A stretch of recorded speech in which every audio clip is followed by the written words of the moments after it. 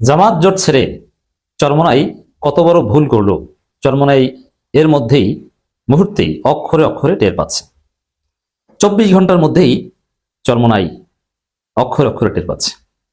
দর্শক, চরমোনাইয়ের লোকজন দল ছেড়ে জামাতে যোগ দিচ্ছে এবং সাংগঠনিকভাবে চরমোনাই জামাতকে দায়ী করছে, জামাত ইসলাম থেকে দূরে সরে গেছে। কিন্তু চরমোনাইয়ের অনেক বড় বড় সেলিব্রিটিরা তারা এতে নারাজ। তারা বলছে যে না, এটা ঠিক হচ্ছে না। জামাত জোট ন্যাশনালিটি বিবেচনায় চরমোনাইয়ের জন্য যে আসন বরাদ্দ রেখেছিল সেগুলো মেনে নিয়ে জোটে থাকা উচিত ছিল।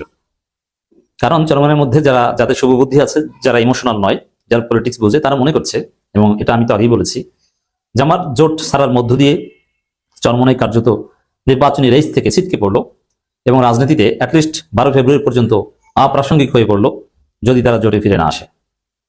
কারণ এখন থেকে চরমোনাইকে আর কোনোভাবেই কেউ বিবেচনায় আনবে না, কোনো জরিপেও তাদের নাম থাকবে না।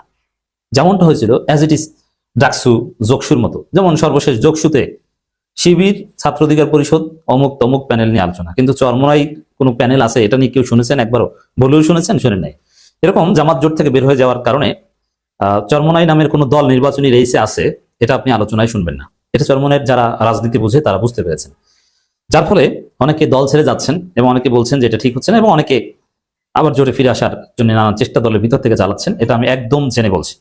এবং জোটে ফিরে আসা উচিত, আনা উচিত, প্রয়োজনে জামাতকে আরেকটু ছাড় দেওয়া উচিত, এই বিষয়ে কোনো ইখতিলাফ নেই। অবশ্যই শত আপত্তি সত্ত্বেও, চরমোনাই ত্রুটি বিচ্যুতি থাকা সত্ত্বেও জোটে তাদেরকে ফিরিয়ে আনার জোরালো চেষ্টা করা দরকার, এবং আসলেই ভালো। জামাতের অনেকে বলেন যে চরমোনাই এই সমস্যা সেই সমস্যা। আরে ভাই, এই সমস্যা সেই সমস্যা না থাকলে তো তারা জামাতেই করতো। সমস্যা আছে বলেই তো আপনারা দুই দল। তার দৃষ্টিতে আপনার সমস্যা আছে, আপনার দৃষ্টিতে তার সমস্যা আছে। বিএনপির চাইতে কি বেশি আপত্তি? বিএনপির সাথে জামাতের জোট ছিল। বিএনপি কি চরমোনাই চাইতে ভালো? না, চরমোনাই হাজারো দোষ আছে, আমি বলি আপনি বলবেন, কিন্তু বিএনপির চাইতে চরমোনাই খারাপ এই কথা আমি কখনোই বিশ্বাস করি। চরমোনাইতে রয়্যাল এজেন্ট আছে এটা ঠিক, তারপরেও চরমোনাইতে যদি রয়্যাল এজেন্ট থাকে 10 জন, বিএনপিতে আছে 10,000, কিন্তু তারপরেও জোট হয়েছিল। জোট এখানে ভালো খারাপ ত্রুটি বিচ্যুতির ঊর্ধ্বে এই বিবেচনা হয় না। জোট হয় কমন ইন্টারেস্টে, কমন এনিমির বিরুদ্ধে।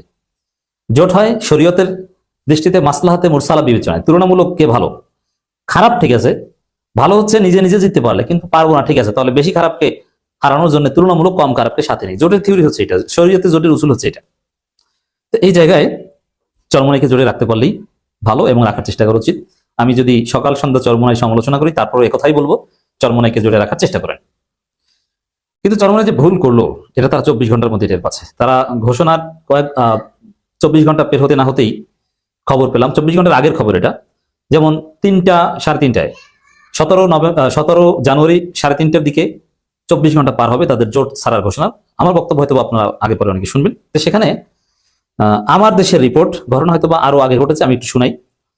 আমার দেশে রিপোর্ট করেছে 2টার আগে, দুপুর 2টার আগে, মানে 24 ঘন্টার আগে রিপোর্ট। ইসলামী আন্দোলনের 10 নেতাকর্মী জামাতে যোগদান। এটা তো খবর পাচ্ছেন, কিন্তু এই খবরের বাইরেও অনেকে আছে।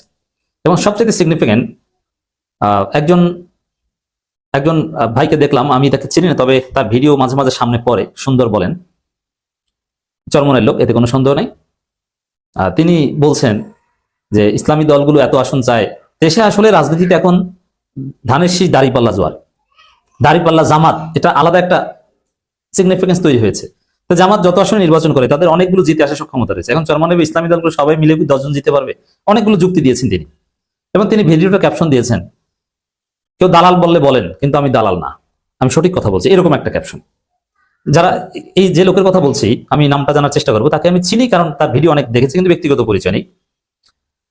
জামাতের সমালোচনা করেন, চরমোনাই প্রচার করেন, মূলত তার রোল এটাই। তিনিও কিন্তু এই যৌক্তিক কথা বলছেন। এরকম রেজাল করিম আবরার সাহেব যথেষ্ট ব্যালেন্স কথা বলেছেন, এরকম আরো অনেকেই বলছে, আর অনেকে তো দল ছেড়ে চলেই যাচ্ছেন। তো এই যে কেন দল ছেড়ে চলে যাচ্ছেন, এখন 10 জন যদি আপনি পত্রিকার রিপোর্টে দেখেন যে 10 জন দল ছেড়ে চলে গেছেন, তাহলে আপনি মনে রাখবেন যে 10 জনের বাস্তবতা হচ্ছে 10,000। কারণ নীরবে নিবৃত্তে যাবে এই সংখ্যাটা বেশি, পত্রিকা আসতে চাইবে না, নিরিবিরি এক দল থেকে আরেক দলে চলে যাবে এই সংখ্যাটা বেশি। অতএব চরমোনাই, বিশেষ করে চরমোনাই যারা 2টা দেখ, চরমোনাই একটা অংশ হচ্ছে যে খাস মুরিদ, এটা জামাতেরও আছে, জামাতেরও এই 2টা ধারা আছে। যে একটা অংশ হচ্ছে যে ইসলামী আন্দোলন একামতি দিন করে, জামাত যা করুক, নির্বাচন করুক বা না করুক, আমরা জামাত করি। আর একটা অংশ আছে, বিশেষ করে যারা বেশি বিশ্ববিদ্যালয় কেন্দ্রিক সাবেক শিবির, এদের মধ্যে এই চেতনাটা বেশি, ইসলামী আন্দোলন সব ঠিক আছে, কিন্তু রাজনীতি মানে ক্ষমতা আসার যৌক্তিকতা আপনাকে থাকতে হবে, আসার চেষ্টা করতে হবে, আসতে হবে। তা আপনি ক্ষমতা কেন্দ্রিক তৎপরতায় ব্যর্থ হলে আপনি ব্যর্থ, আপনার দল করার প্রয়োজন নেই। জামাতের মধ্যে এরকম একটা অংশ আছে। তো চরমনের মধ্যে একটা যে মুরিদ, চরমনের রাজনৈতিক দল বিলুপ্ত করে দিল, আমি চরমনের মুরিদ, ঠিক আছে, এটা একটা অংশ। জামাতে এরকম একটা অন্ধ অংশ আছে। চরমনের আরেকটা অংশ আছে না, ক্ষমতার রেস, রাজনীতির রেস, এত বছর নির্বাচন করে রাজনীতি করে একটা আসন জিততে পারো না, এবার যদি না পারেন তাহলে মান সম্মান থাকবে না।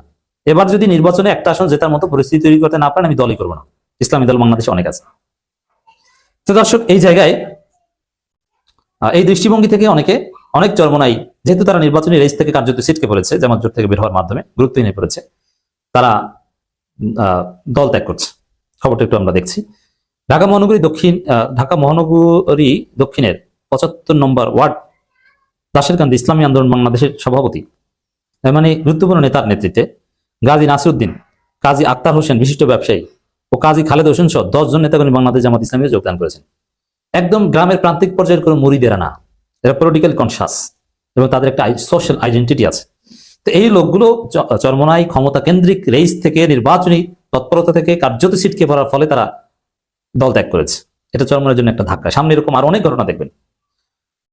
শনিবার সকালে রাজধানীর দাশেরকান্দি এলাকায়, মানে হয়তোবা 19-20 ঘন্টা পার হওয়ার পর, জোর ছাড়া 19-20 ঘন্টার মধ্যে এই ঘটনা, আনুষ্ঠানিকভাবে জামাতে যোগদান করেন তারা। অনুষ্ঠানে প্রধান অতিথি হিসেবে উপস্থিত ছিলেন বাংলাদেশ জামাত ইসলামী মনোনীত ঢাকার 9 আসনের সংসদ সদস্য প্রার্থী শ্রমিক কল্যাণ ফেডারেশনের কেন্দ্রীয় সহসভাপতি কবির আহমেদ। সভাপতিত্ব করেন খিলগাঁও পূর্ব থানা জামাতের আমির মাওলানা মাহমুদুর রহমান।